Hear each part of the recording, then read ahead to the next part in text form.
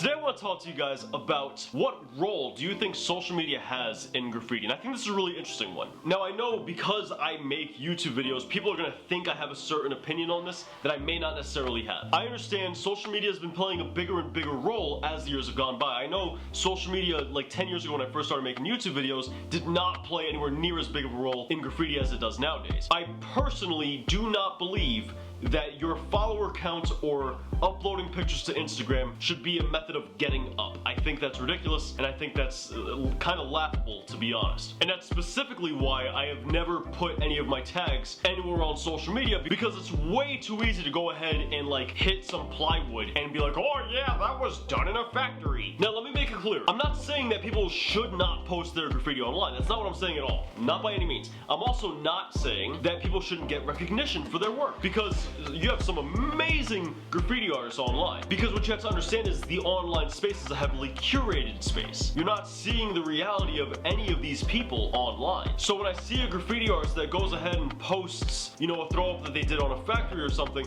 that's nice, it's dope, I enjoy the photo, don't get me wrong, but I'm not immediately gonna be like, oh, that person is a king, because we don't have the full context of the scenario. I also find it really strange that nowadays you can look at just anywhere online, like you can go to Google, you can go to YouTube, you can go to Instagram, and you could be like, oh, let me look up this name. You find the name, and immediately you no longer want to use the name that you've been using because you think this person is a king. And it's like, why would you think that? Not to mention the fact that they're like halfway across the world, so what does it matter? But just because they're better than you doesn't immediately make them a king, or just because they have a following on social media doesn't immediately make them more worthy than you. And also on the opposite side of the spectrum, I also don't believe having a bunch of followers immediately makes you a better graffiti artist to any degree at all whatsoever. What having a lot of followers does do is, depending on how many followers you have, it allows you to make money doing graffiti, which allows you to do graffiti more, which allows you to do more practice than the average person, because the average person has other responsibilities like maybe working a 9-to-5 job, which doesn't allow them to do graffiti as much as you might do. But other than that, I really don't hold social media too high on a pedestal when it comes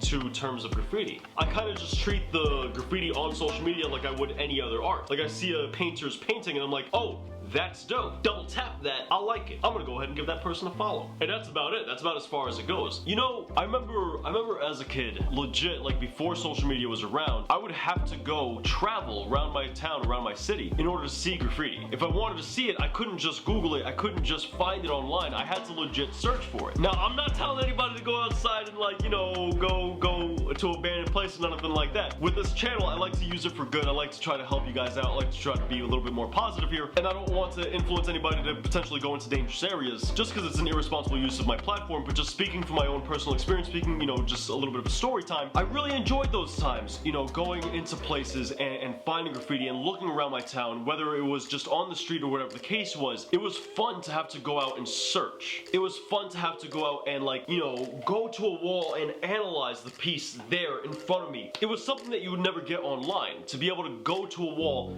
to a place that has chipped paint all over, who is texting me, and look at the chipped paint and literally take a piece of the wall off and look at the different layers of pieces that had been here before. It was amazing to be able to look at a wall, get real close to it, and see what paint came first. Look, you can see how they cut the line here because this green goes back over this black outline, as for like the black here goes back over the green. Or to be able to look at it and be like, oh look, this person painted the 3D first, and this person painted the fill-in first. Little things like that are things that you just don't get online, or at least not the same way. And maybe I'm just stuck in my ways and I put too much value in that, but I definitely think there is a value in that. And I think nowadays it's really easy for people on social media to just go to an Instagram post and kind of do all their studying there. And once again, this is why I said what I said in the beginning of the video. Don't think just because I'm on social media making these videos, I have a certain perspective that I may not have. Because I kind of like to use these videos every now and again to remind people that graffiti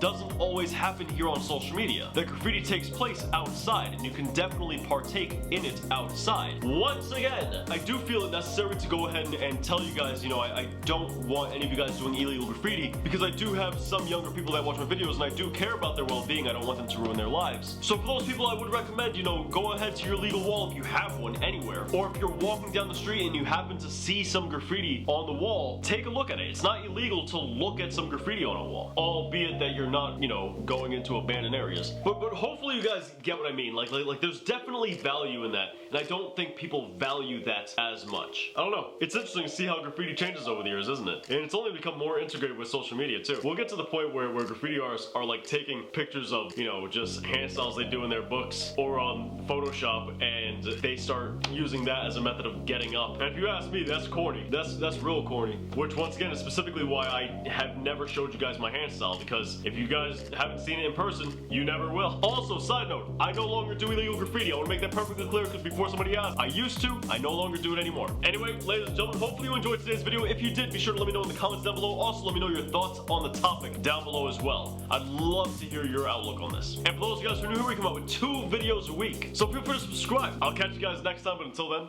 peace.